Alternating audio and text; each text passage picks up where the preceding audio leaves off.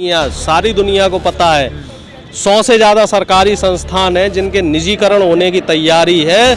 और जो ये अभी लड़ाई चल रही है ये सत्ता और व्यवस्था परिवर्तन की लड़ाई है कि ये समय ऐसा है कि संसद आवारा हो चुकी है। भारतीय जनता पार्टी के लोग, आरएसएस के लोग, बीजेपी के लोग सत्ता के नशे में चूर हो चुके हैं। टिकैत जी का अल्लाहू अकबर तो बता दिया लेकिन हर हर महादेव नहीं बताया। तो मीडिया आधी चीज़ दिखाती है। एबीवीपी, अखिल भारतीय विद्यार्थी परिषद के जो लोग थे, बजरंग दल के जो लोग थे, विश्व हिंदू परिषद के जो लोग थे, वो छात्रों में गए और उनके वेशभूषा में जाके उन्होंने हिंसा की खराब घटना की है, उन्होंने माहौल खराब किया। और ये कोई पहली घटना नहीं है। जेएनयू में भारत तेरे टुकड़े होंगे इंशाअल्लाह इंशाअल्लाह किसने बोला था? आरएसएस के लोगों ने बोला था, इसीलिए आज तक उसकी जांच नहीं। जामिया में हिंसा की घटना किसने की थी? तमाम वीडियो आए हैं, सैकड़ों वीडियो आ चुके हैं। आरएसएस के लोग थे वो जो पुलिस की भेष में आए थे और उन्होंने हिंसा फैलाई थी। संघर्ष करने के अलावा और कोई चारा नहीं है। अगर अभी हम संघर्ष नहीं करेंगे तो हम फिर से देश को गुलामी की तरफ लेके जाएंगे।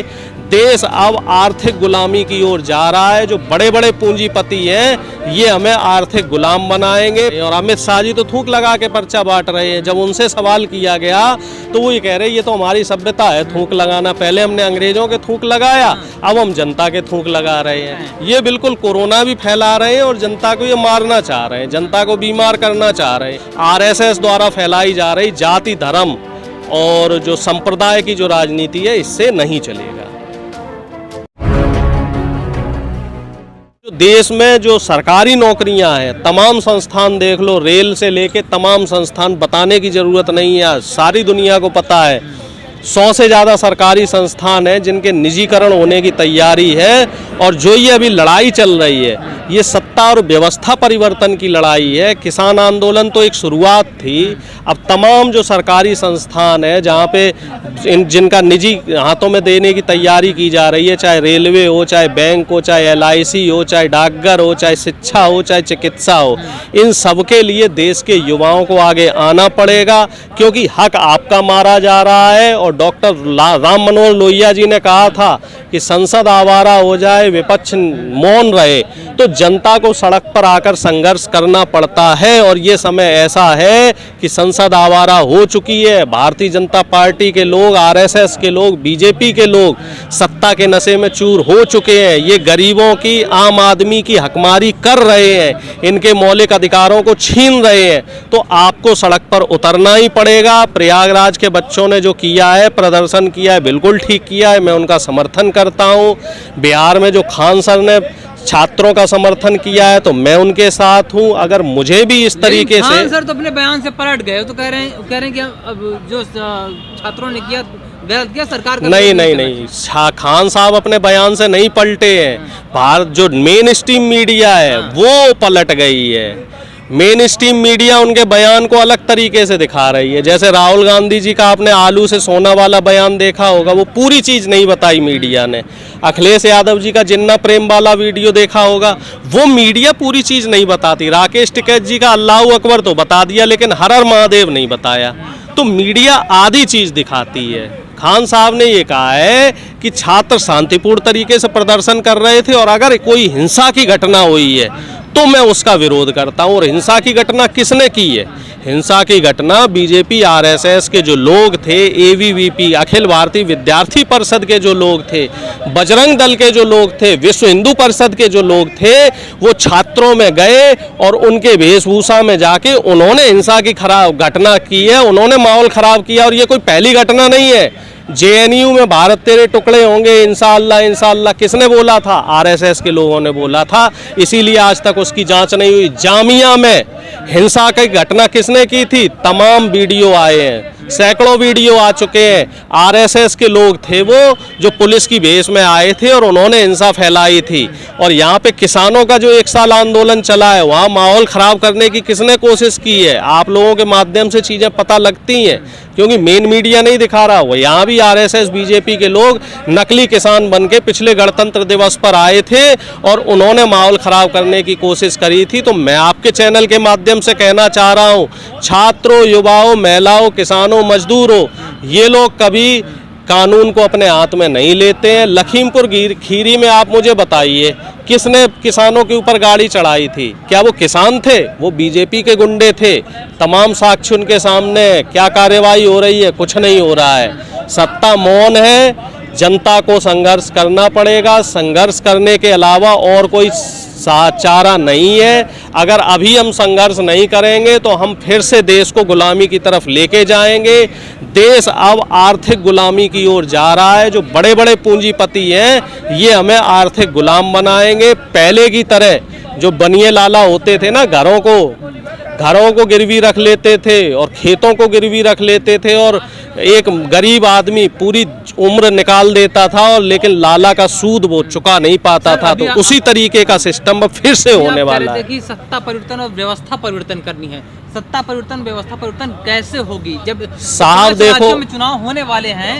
5 राज्यों में हम भारतीय जनता पार्टी की गलत नीतियों का विरोध कर रहे हैं। पंजाब से ये सत्ता से बाहर हो रहे हैं। आपने देखा है बीजेपी आरएसएस के जो लोग प्रचार करने जा रहे हैं उनको कैसे दौड़ाया जा रहा है। ठीक है, उत्तराखंड में भी इनकी रैलियां असफल हो रही हैं और गोवा और मणिपुर में भी ये हाल है। उत्तर प्रदेश सबसे बड़ा क्षेत्र है। यहाँ आपने देखा जो डिप्टी सीएम है केशव प्रसाद मौर्य, एक 13वीं में गए थे, उनको वहाँ से भगाया गया।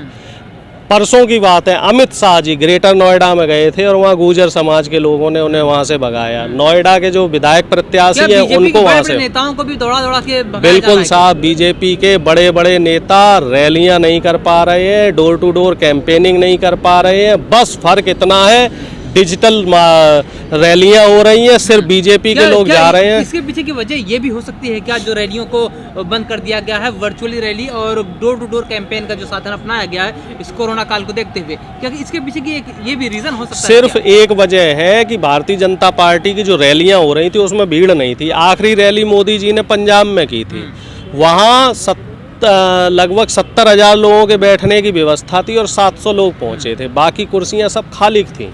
तो तब से इन्होंने प्लान बनाया कि साहब वर्चुअल रैली करो, क्योंकि फिजिकल रैली में भीड़ नहीं आ रही है। विपक्ष की रैलियां हो, चाहे अखिलेश जी की हो, प्रियंका जी की हो, तमाम भीड़ थी। आपने देखा होगा वीडियो के माध्यम से जन सैलाब उमड़ रहा था।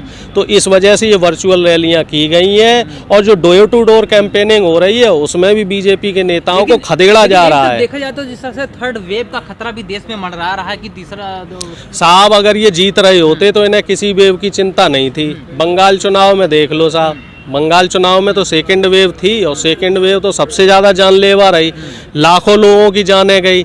जो डेल्टा वायरस था कोरोना का, ये सबसे ज़्यादा इम्पैक्ट डाल रहा था बॉडी पे और कई जवान आदमी की मौत हुई। जो अभी का वायरस है ना ओमिक्रॉन, ये उतना इफेक्टिव नहीं है क्योंकि ज़्यादातर लोग वैक्सीनेट हो चुके हैं। तो अगर आदमी, मैं फिर भी ये नहीं कहूँगा कि ये सब होना चाहिए, लेकिन मैं सिर्फ बीजेपी की मनोदशा आपको बताना चाह रहा हूँ कि बीजेपी सिर्फ और सिर्फ इस वजह से वर्चुअल रैलियां कर रही है क्योंकि इनकी जो रैलियां थी उसमें भीड़ नहीं जा रही है, जनता के बीच में गलत संदेश जाएगा। अब आप देखो कल अखिलेश यादव जी का हेलीकॉप्टर दिल्ली में रोक दिया गया और अमित शाह जी खुलेआम यूपी में प्रचार कर रहे हैं, जेपी नड्डा खुलेआम यूपी में प्रचार कर रहे हैं। अमित शाह जी का एक वीडियो भी वायरल हो रहा है जिसमें पर्चियां डोर टू डोर बांट रहे हैं। मैं उस पे जा रहा हूँ, वो वीडियो आप देखिए, ANI का वीडियो है जिसमें अमित शाह जी थूक लगा के पर्चियां बांट रहे हैं। सिर्फ वही मोटा भाई बिना मास्क के हैं और तमाम 200-250 लोग उनको घेरे हुए हैं। अब यहाँ पे कोरोना का उल्लंघन नहीं है। अब विपक्ष का कोई नेता कहीं पे डोर टू डोर कैंपेनिंग कर रहा है तो उसके पास कोर्ट का नोटिस आ रहा है कि आप कोरोना अधिनियम का उल्लंघन कर रहे हैं। और अमित शाह जी तो थूक लगा के पर्चा बांट रहे हैं। जब उनसे सवाल किया गया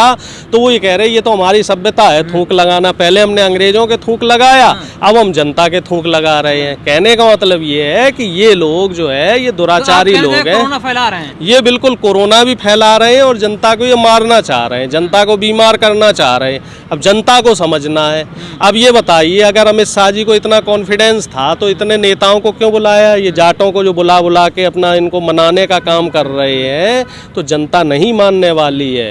ये जो डोर टू डोर कैंपेन था ये कैराना से ही क्यों शुरू किया गया? क्योंकि लगातार कैराना, देखिए साहब ऐसा है, कैराना वाला कार्ड इन्होंने पिछली बार खेला था, 2017 में इन्होंने कैराना कार्ड खेला था और जनता को तोड़ने की कोशिश की थी। और जो पलायन का मुद्दा था उस पर तमाम नेताओं ने कह चुके हैं कि जो आंकड़े थे वो फर्जी थे और जिस डीएम ने दिए थे वो बाद में माफ़ी मांग चुका है। सारे फर्जी आंकड़े थे। जो लोग वहाँ से गए थे वो अपनी स्वेच्छा से गए थे, नौकरी और व्यापार करने के लिए बाहर गए थे। तमाम जो छोटे शहर हैं वहाँ से लोग बड़े शहरों में जाता है। भाई कोई बच्चा पढ़ गया, मान लो मेरा बच्चा है, आपका बच्चा है, पढ़ लिख गया, कहीं उसकी नोएडा, गाजियाबाद में, दिल्ली में नौकरी लग गई, तो भाई परिवार के साथ ही रहेगा वो। बड़े बुजुर्ग तो परिवार अपने बच्चों के साथ ही रहेंगे। अब उसको आप पलायन कह लो तो वहाँ से आप पलायन हुआ था। तो इस तरीके की घटना थी जिसको भारतीय जनता पार्टी ने धार्मिक रूप दे दिया, माहौल बिगाड़ने की कोशिश की। जनता इन चीज़ों को बहुत अच्छी तरीके से समझ रही है और ये 2014-17 वाला कार्ड फिर खेलना चाह रहे हैं। किसान आंदोलन हुआ और तमाम आंदोलन हो रहे हैं। इन आंदोलनों से एक साफ सीधा मैसेज जा रहा है जनता के बीच में कि साहब ये जाति और धर्म का ही काम कर रहे हैं, विकास पे बात नहीं करते कि 5 साल हमने क्या किया। जनता को अब कोई विकल्प मिल गया क्या? विकल्प मिल गया? विकल्प मिल चुका है। साफ पढ़े लिखे लोगों का जमाना है और जनता भारतीय जनता पार्टी को छोड़ के जो योग्य लोग हैं उनको सत्ता में ला रही है। भारतीय जनता पार्टी 5 के 5 राज्यों से सत्ता से जा रही है और भारतीय जनता पार्टी, ये तो अभी ट्रेलर है, इसके बाद तो हिमाचल प्रदेश और मध्य प्रदेश और गुजरात और कर्नाटक तमाम राज्यों में चुनाव होने वाला है। हर राज्य में भारतीय जनता पार्टी के खिलाफ लहर चल रही है और सभी राज्यों से भारतीय जनता पार्टी एक एक करके साफ हो जाएगी। आप देखते रहिएगा, मैं भी यही हूँ, आप भी यही हैं। भारतीय जनता पार्टी 2024 से पहले तो सभी राज्यों में साफ हो जाएगी, उसके बाद ये केंद्र से भी बेदखल होगी, क्योंकि इनकी जो मानसिकता है ये आम आदमी के लिए, गरीबों के लिए, किसानों के लिए, मजदूरों के लिए, महिलाओं के लिए ठीक नहीं है। ये इनको दोयम दर्जे का मानते हैं क्योंकि इनकी विचारधारा वही है, गरीब और अमीर वाली, जो मैं आपके चैनल पे बार बार कहता रहता हूँ। और इस तरह की विचारधारा हमारे देश में नहीं चलेगी, क्योंकि हमारा देश गांधीवादी विचारधारा से चलने वाला देश है, हमारा देश लोकतंत्र से चलने वाला देश है और हमारा देश बाबा साहब के भीमराव अंबेडकर का जो सिद्धांत है, संविधान है, उस पे चलने वाला देश है। हमारा देश डॉक्टर राम मनोहर लोहिया जी के समाजवाद पे चलने वाला देश है। तो ये देश समाजवाद, संविधान, लोकतंत्र और गांधीवादी नीति से चलेगा। आरएसएस द्वारा फैलाई जा रही जाति, धर्म और जो संप्रदाय की जो राजनीति है, इससे नहीं चलेगा।